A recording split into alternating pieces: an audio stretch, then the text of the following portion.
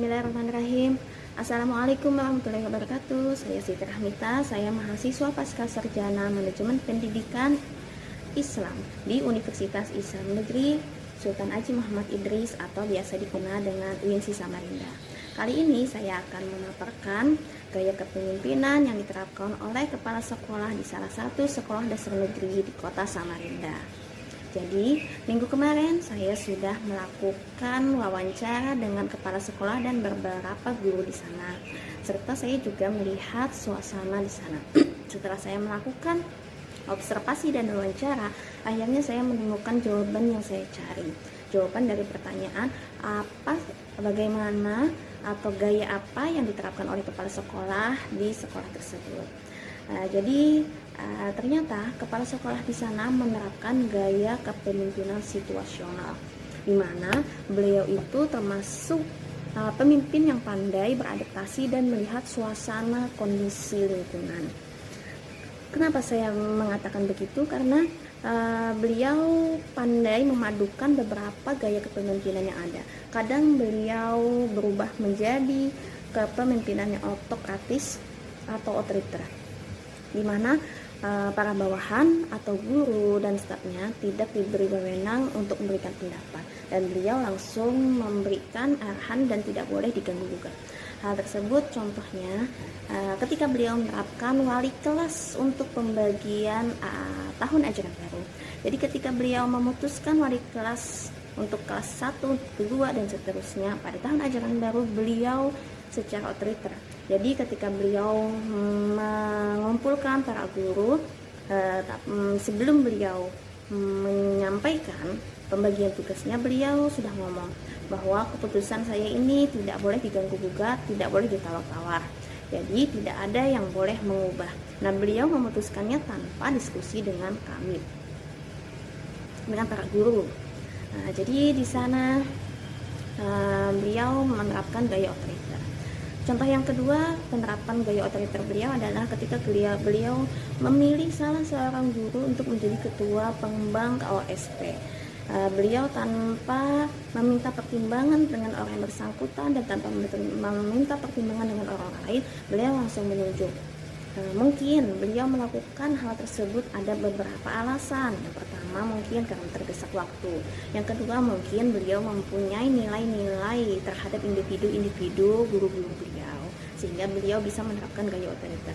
Namun di suatu saat, di suatu sisi, kata guru-guru di sana, beliau termasuk kepala sekolah yang demokratis.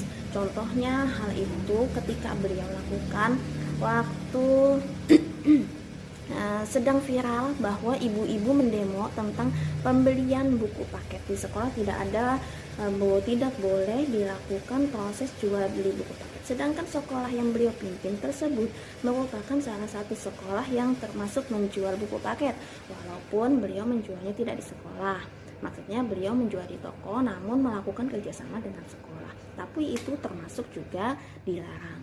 Nah, jadi ketika viral ibu-ibu itu mendemo, sekolah beliau itu aman. Mengapa demikian? Karena ketika hari 1, hari 2 pendemo itu ramai di media sosial, beliau dengan segera mengumpulkan guru dan seluruh staf di ruangan. Kemudian beliau meminta pendapat kepada guru-guru dan semuanya. Apa yang harus dilakukan? Apa tindakan kita agar sekolah kita tetap aman? Dan dari gaya demokratis beliau akhirnya adalah pemecahan masalah bahwa harus begini. Akhirnya keputusan itu diambil dan alhamdulillah sekolah yang beliau pimpin aman. Padahal orang tua yang mendemo itu, pemimpin yang mendemo itu, anaknya sekolah di tempat beliau pimpin. Nah, jadi berkat gaya demokratis beliau, akhirnya sekolah beliau aman dari amukan ibu-ibu. Contoh yang kedua, setiap awal tahun beliau selalu mengumpulkan guru-guru dan staf semuanya di ruangan, kemudian duduk bersama membicarakan dalam penyusunan RKS, rencana kegiatan anggaran sekolah. Jadi dalam menyusun rencana kegiatan itu beliau memanggil semua guru dan staf. Beliau meminta pendapat apa yang perlu ditingkatkan, apa yang perlu diperbaiki.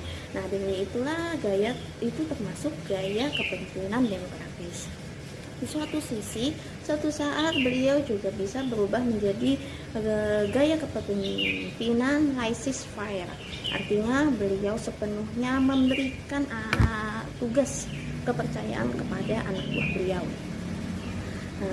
Contohnya beliau terapkan ketika persiapan acara perpisahan kelas 6. Jadi pada saat ingin perpisahan acara kelas 6, beliau awalnya memang demokratis, membagi beberapa kelompok, beberapa tim, dan beberapa anggotanya serta ada ketuanya. Setelah itu beliau sepenuhnya 100% tidak ikut campur dalam kegiatan tersebut.